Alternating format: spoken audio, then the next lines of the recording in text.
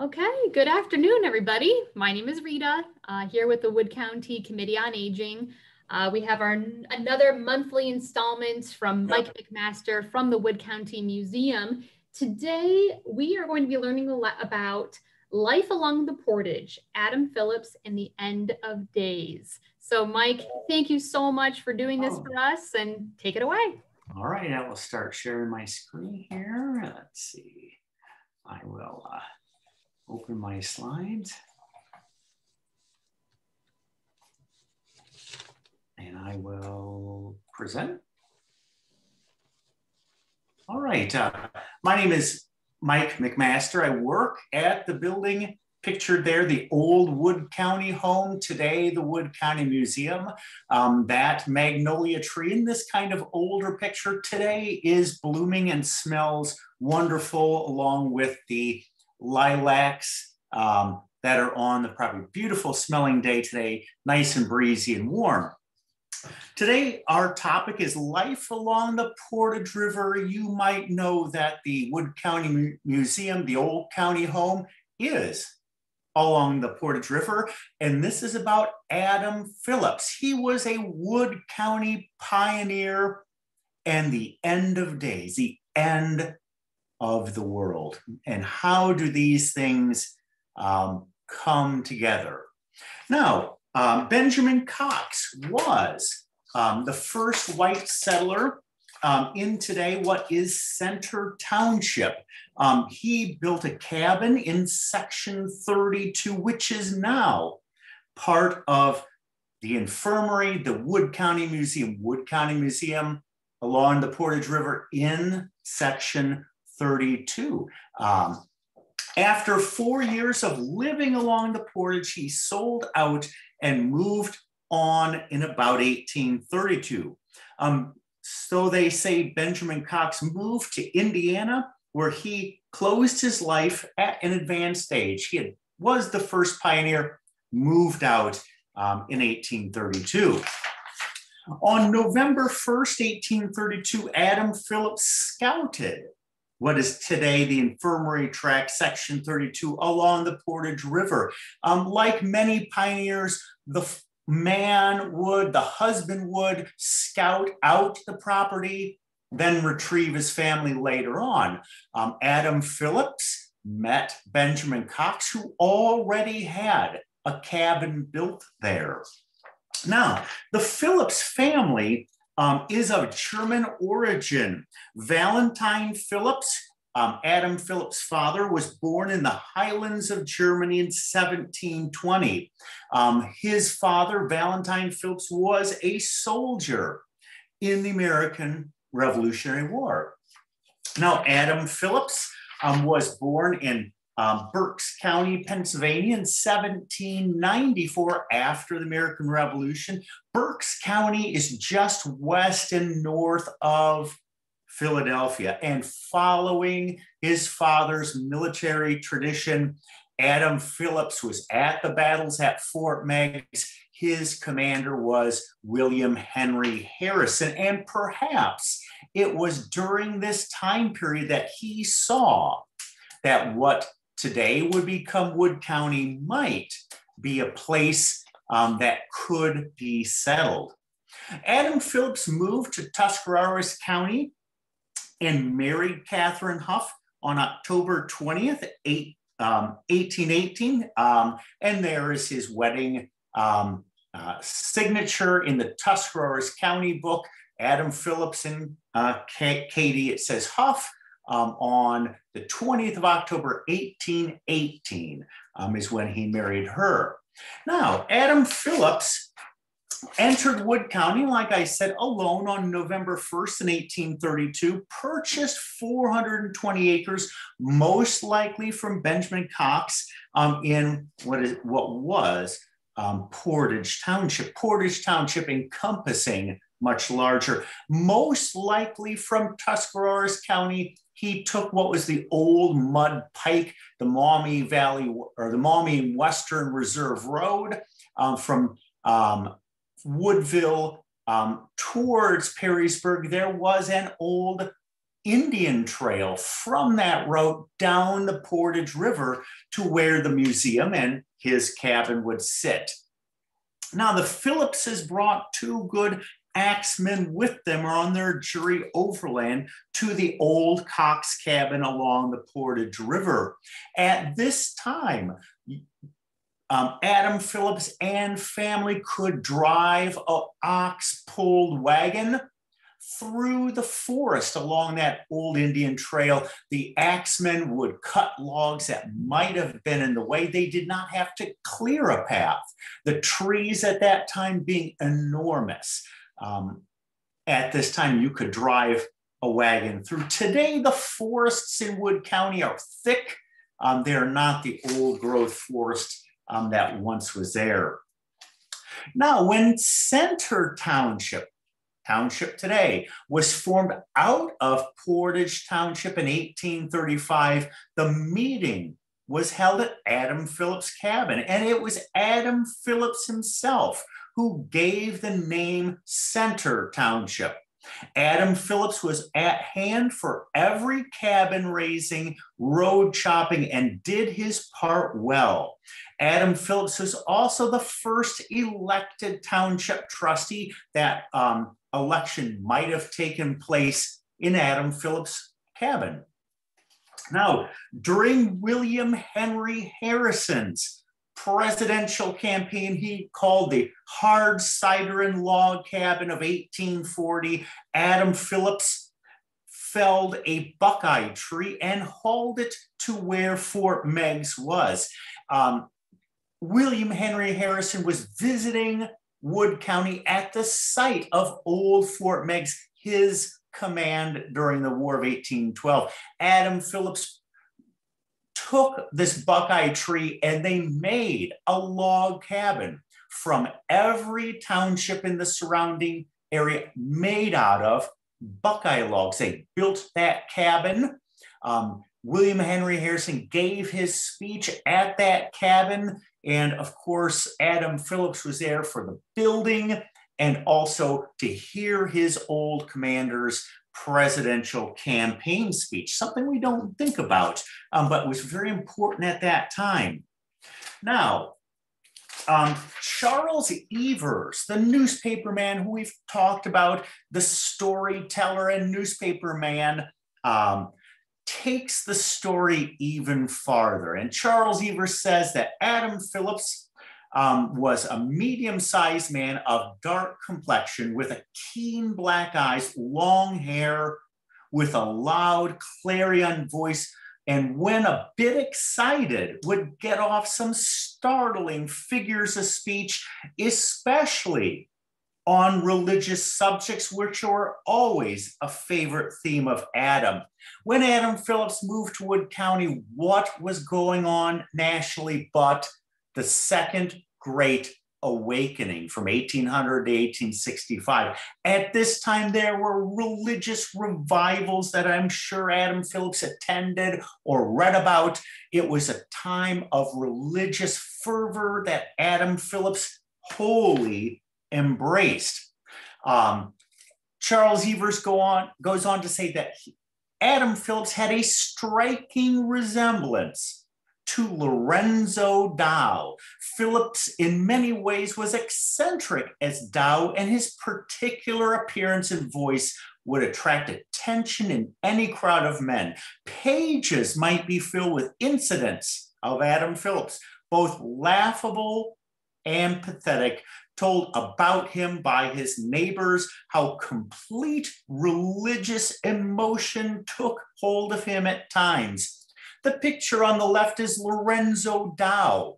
He lived in the late 18th century, died in 1834. He was a religious preacher who would travel in the South, Georgia, Virginia, and he gave fiery religious speeches during this Second Great Awakening. Lorenzo Dow wrote his memoirs, and behind the Bible, his memoirs were some of the most sought after and published books of the time.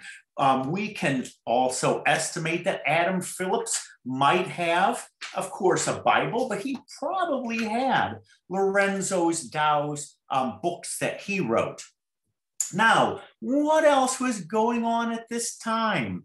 The man on the left is William Miller. He got his preaching license during the Second Great Awakening.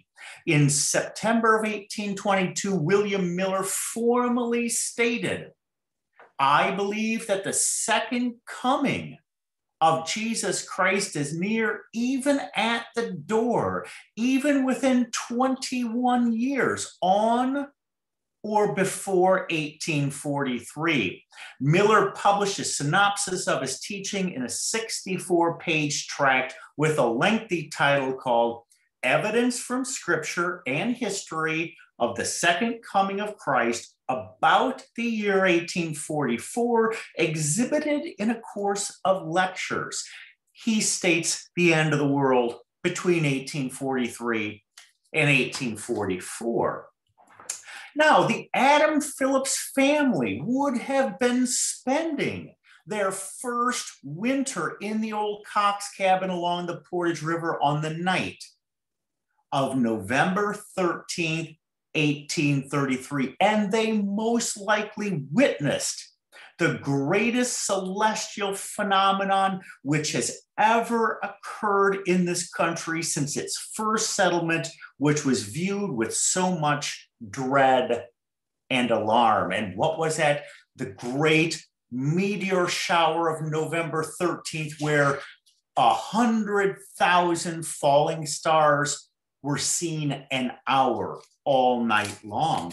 And to Adam Phillips and many people, this was the sign in Revelations that the sixth seal of the apocalypse was upon them. And in Adam Phillips' King James Version, he would have been familiar that with the Bible verse, and the stars of heaven fell onto the earth. That's Revelation 6:13. So he would have witnessed the spectacle as proof that William Miller's prediction could be correct. Now, Millerism is what they called it, beliefs in William Miller. Millerism moved from a local concern out east into a national movement. Joshua Himes' picture at the top right was a skeptic, but he began publishing Miller newspapers and magazines. You can see at the top, End of the World, 1843, and he did not live 195 years. He died in 1895. I will need to correct that, but it would have been interesting had he lived 190 years. Now, there would have been another end of times heavenly spectacle, and that was the Great Comet of 1843, which was seen both night and day by nearly everybody on Earth from March until April of 1843. This is the year, or about the year, William Miller chose as the end of the world. Adam Phillips' family would have seen the falling stars. They would have seen this both night and day. The Great Comet had the longest tail of any comet up to that time, which could be seen from Earth. Adam Phillips' mind must have been going. Now, Charles Evers writes, it was at the same period that the Millerite craze was boldly promulgated, and a day had been fixed upon not far ahead when the world was to be burned. Some of the zealous Millerites, which were in Wood County, had been dinging in the doctrine in Phillips' ear pretty industriously until it had come to some extent serious thought to him. Now, William Miller never set an exact date, but the man on the left, Samuel Snow, who was another skeptic turned preacher, he gave his true midnight cry lecture, and he set the exact date of the second advent, the end of the world, on October 22nd, 1844. Now, Charles Evers writes that one night, Adam Phillips and his family, at the same time, the smokehouse in the yard took fire, and the lurid glare of rising flames soon flashed with blinding effect on Adam Phillips' bedroom window. Adam Phillips sprang out of bed, saw the flames, and shouted, "My God, Catherine, the judgment day's upon us, and my soul is unprepared. Call the boys." And immediately began praying so loud that no further fire alarm was needed. Now, what happened on October 22nd? The end of the world did not come. And the next day, October 23rd, 1844, was known and still is known as the Great Disappointment. And Adam Phillips might have believed in this, he might not, but he would have known the end of the world did not occur, and he might have been extremely disappointed at this time period. Now, here is a cartoon of the Millerites, supposedly devout Millerites on the end of the days, what made ascension robes, white robes, in order to ascend to heaven, and sat on the roofs of their houses and log cabins, hopefully to ascend into heaven quicker than the people on the ground. It is unknown if Adam Phillips and his family sat on their cabin. This also could be folklore, as it can never definitively been proved. After this occurrence, Adam Phillips and his family lived the remainder of their days along the Portage River on the farm that is today part of the Wood County Museum. And what is that park called? Everything outside this building? Adam Phillips Park. And now you know. Adam Phillips died on March 20th, 1857, and was laid to rest in the Oak Grove Cemetery. Now, on our museum's Facebook page, which is always updated, I attempt to write a Friday history post. Our website is also always updated. We are open Monday through Friday, 10 to 4, and Saturday and Sunday from 1 to 4 during business hours, 7 days a week. We have adult, senior, and student and veteran rates. You can also become a member and get in anytime for free. What is on display on the left? People, places, and things. Literally thousands of photos of Wood County, some from our time period, some from 100 years before our time period. And also for comfort and convenience, which was the history of the Ohio poor farms. This, of course, being the Wood County Poor Farm or Wood County Infirmary. New this year is the Bach exhibit. You have perhaps seen the noose used to hang Carl Bach, Mary Bach's fingers, but it has never been told the story behind these artifacts until now. You can see the museum case. You can read about who these people were, stories about them that you have never heard before. And finally, if you park in the well-marked spots behind the museum, it is a few steps to a large, fully serviceable elevator that'll take you to the first and second floor, then back outside to where you park at. No need to go up the antiquated ramp and the long trip down the sidewalk. Please park out back and enter the convenient elevator. That is truly the last slide I have, and I will, close my screen. Hopefully, whoops, you're still there. Let's see if I can stop sharing my screen. Oh, here we go. Stop sharing screen. All right. Sorry, that technical difficulties. That's okay. That's okay. And Mike, how long have you been with the Wood County Museum? This will be my 18th year. And how old were you 18 years ago, Rita? 10. Oh, funny. Well, does anybody have questions or comments for Mike? I just have one question. Have you ever done a program on the oil fields over by Signet? No, I haven't. Oil fields near Signet, I could do one in the future. The story behind them is very technical, and I could do one maybe in the future, but the stories, like I said, are very technical. How deep the wells, how many wells, it would not be as interesting as the end of the world. Okay. All right. Thanks. But that is a good suggestion for the future. Thank you very much. Because every once in a while, somebody from Signet will put on an old picture on Facebook, and it's from that time, you know, back then. And they've got some interesting history going on over there. Yes, they do. Yeah. Thanks, Demilda.